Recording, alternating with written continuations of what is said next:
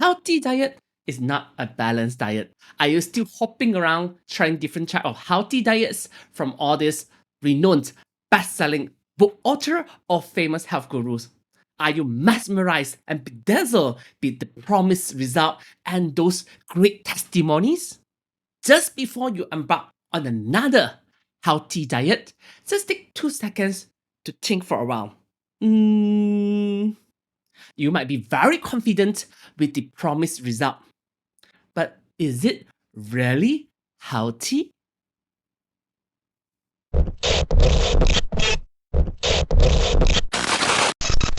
The craze for the so-called healthy diets actually started with Dr. Atkins in the 70s when he wrote the best-selling book Dr. Atkins' Diet Revolutions in the year 1972, and later Dr. Atkins' New Diet Revolutions in the year 2002.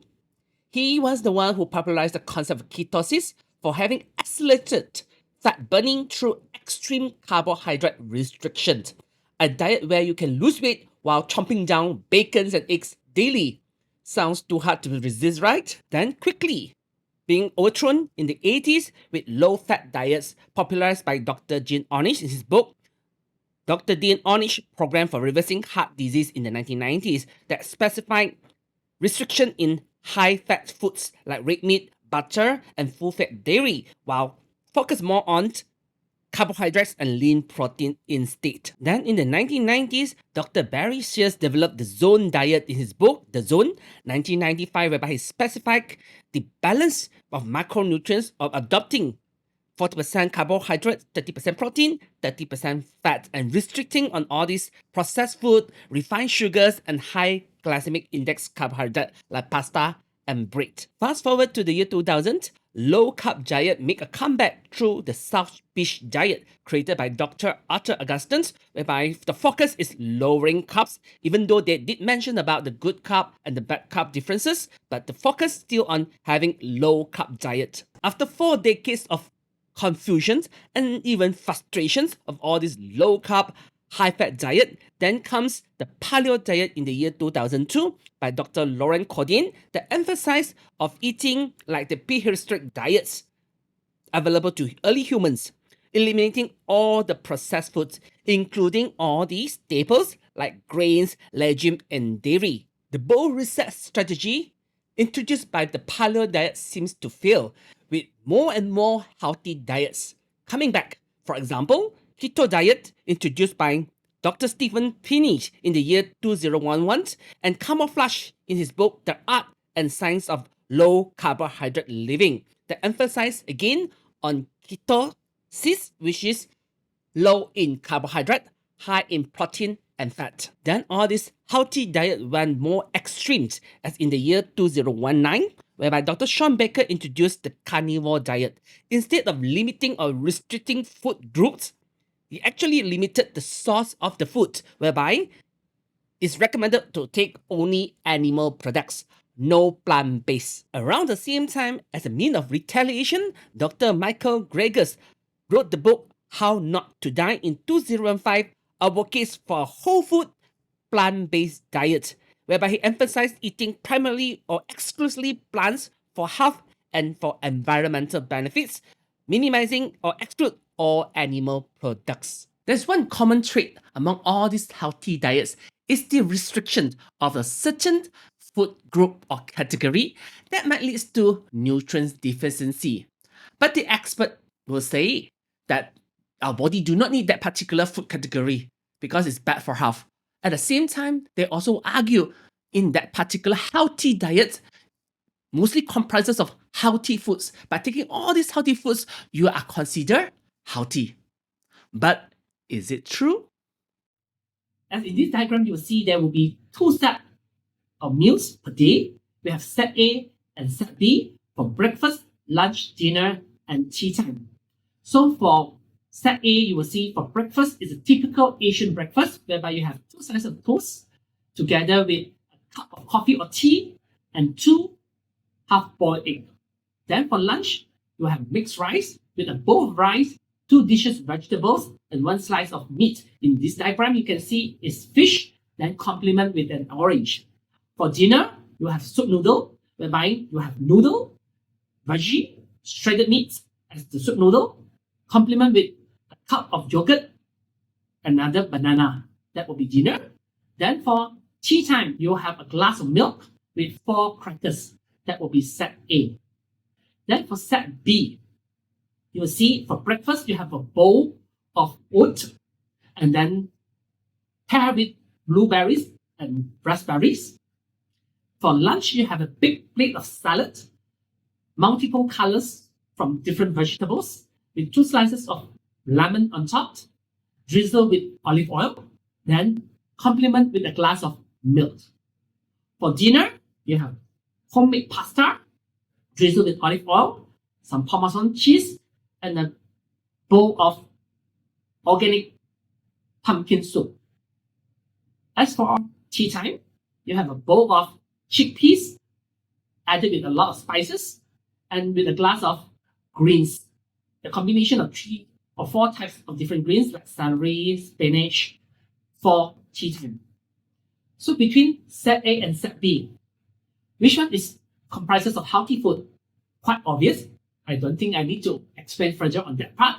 But my question, set A or set B, which set do you think is a balanced diet? So how do we know it's balanced diet? It's very simple. We must have a standard to compare it with. And the standard that we're using here is food pyramid. Different country will have different food pyramid because the food that we usually consume will be different, but the concept, the core concept will be the same. How much serving of the food category needed per day will be revealed in the food pyramid. So for today, we are using Malaysian Food Pyramid Year 2020 as a standard. And the food pyramid is telling us for a day what type of food category and how much serving we require in order to have a balanced diet. So for Food Pyramid Malaysia Year 2020, you can see at the base we have the vegetables and fruits. 2 different categories. First is vegetables, the source of minerals. We need to have at least 3 serving a day. Then for fruits, we need to have at least 2 serving a day as a source of vitamins. Then we have the next category whereby it's starch or carbohydrate category, whereby we have all this starchy food like rice, noodles, and at the same time bread will be under this category. We need to have at least 3 to 5 servings. Then we have the next level comprised of 2 different categories. The first one is dairy products. We need to have 2 servings. It's a source of calcium that we require for strong bones. Then we have the 5th category is actually because the source of protein. It comes from the meat, from the lentils, from the fish, seafood that we consume. And then at the top will be for oil, for sugar and salt. We actually use sparingly. So if we consume our food a day according to food pyramid, then it will be considered a balanced diet. Now we're going to compare set A and set B and see which is a balanced diet. So we look at set A. We look at set A. How are we going to do this? Every single meal, breakfast, lunch, dinner, and tea time, we're going to compare the amount of servings of the 5 different food categories.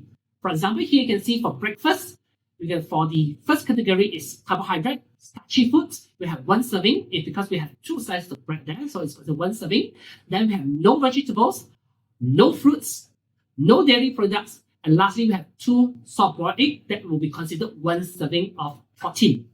So for lunch, we can see that 1 bowl of rice is actually 1.5 serving of carbo, starchy food. Then we have 2 serving of vegetables because the mixed rice have 2 serving of veggie. Then for the fruits, we have the orange, so considered 1 serving, no dairy products. And then we also have 1 serving for meat because we have a piece of fish there. Then we look at the dinner. Dinner, because of noodle found in the soup noodle, we'll consider 1 serving for the starchy foods. Then for veggie, yes, in the noodle we have veggie, 1 serving. Fruits, we have a banana, so 1 serving. And then we have a cup of yogurt, also considered 1 serving of dairy product. Lastly, will be on the meat, we have shredded meat in the soup noodle, also considered 1 serving. And then finally, for the tea time, high tea, 1 glass of milk will give us 1 serving for dairy, and 4 slices of cracker will give us 1 serving for carbo. So after we have all this data, we're going to summarize it into per day. So we compare back with the food pyramid. For the starch or carbohydrate food base, we need to have 3 to 5 servings. Combining all the foods in set A in a day, we have 4.5 servings. So it's within the range. So consider good. Then For vegetables, we have 3 servings, also good. Then for fruits, we have 2 servings, also on par. Then we have dairy products, whereby we have 2 servings, also sufficient. And lastly, for the meat or lentils, high source protein, we have 3 servings, also between the recommended 3 to 4 servings. So basically, for set A, it's considered a balanced diet. Even though I have a glance at it, it doesn't see a lot of healthy foods, but the food proportions and category is within the recommended food pyramid ratio. So it's considered a balanced diet. Then we look at set B. Set B obviously comprises a lot of healthy foods in there. So we're going to do the same. We're going to see part by part. For breakfast, we're going to see that we have oats. A big bowl of oats itself is quite high in carbo. It's considered starchy food too. Then what else we find in there? Fruits. We have blueberry, raspberry. So you have fruits, 1 serving in there. Other than that, no. So basically, you have 2 servings of starchy carbohydrate fruits, then a serving of fruits for breakfast. Then for lunch itself, is a big plate of vegetables, fresh salad. So you see that for vegetables, you have 2 servings there. Then with a serving of dairy product because you're drinking a glass of milk. Other than that, no, nothing else. Then for dinner, pasta, yes, a big plate of pasta will give you 3 servings of carbo. Then for vegetables, because of the pumpkin, yes, it's considered vegetables too. So you have a serving for vegetables, no fruit, no dairy, and then no meat in there. So basically, that's about it. For tea time, you have a bowl of chickpeas, whereby it's very high in protein. Okay, that's why you see for the protein, you have 1 serving, and then a glass of vegetable juice, also a good source of vegetables. That's about it. So when you compare or when you combine all the food in that set B, you will have this. On the right hand side, you can see that in terms of carbo, starchy food, yes, you have 5 servings, whereby it's within the normal range. It's good. Then for vegetables, they have 4 servings, whereby it's good.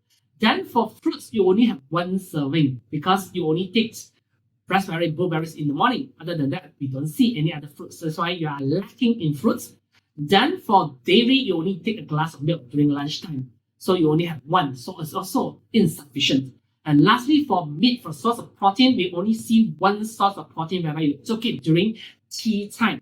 A bowl of chickpeas high in protein. Other than that, nothing else. So we can see that here you are taking a lot of healthy foods, but in terms of sufficiency, adequacy is not adequate because certain food category, for example here, like fruits, you'll be lacking of vitamins, then you are lacking in terms of dairy, you're lacking of calcium, and then you're also lacking in protein. So this is not a balanced diet. To make it simple, a healthy diet comprises of different food category taken at the right proportions. Then you have a balanced diet. Not over consuming a single food just because it's healthy. And that reminds me of one incident whereby I'm having a consultation with my client at the time. She's quite concerned because her skin is yellowish.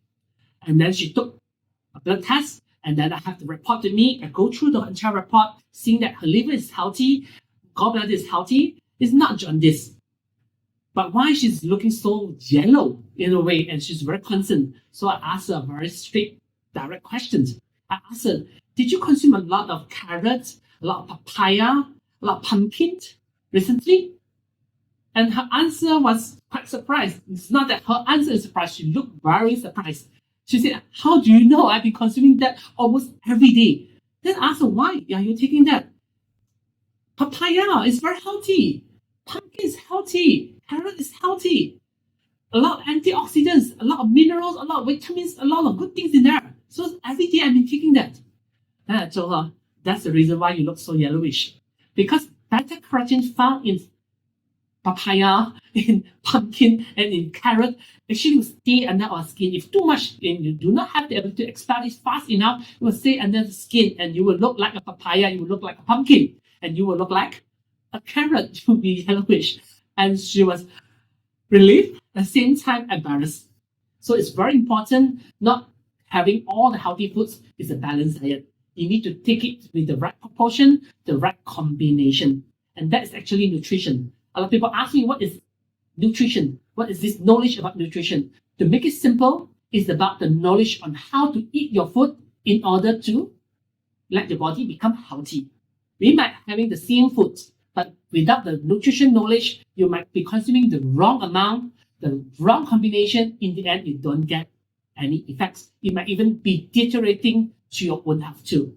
In nutrition, it's all about striking the balance. There's no one food that is the ultimate food. You consume that, you have all the nutrients, you'll be healthy. There's no such food exists, and that's not being practiced in nutrition. No extremism. All food is good, depending on how you consume it and how you combine it with other foods to make it balanced for your lifestyle. Now we already debunked the myth between healthy diets and balanced diet. But how about health supplements? We heard so much about the claims made on health supplements, how miraculous it is. Is it all false?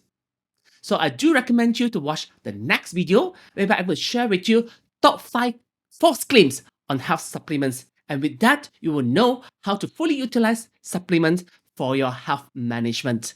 Don't fall prey to all these myths and get the facts right. See you in the next video. Take care. Bye bye.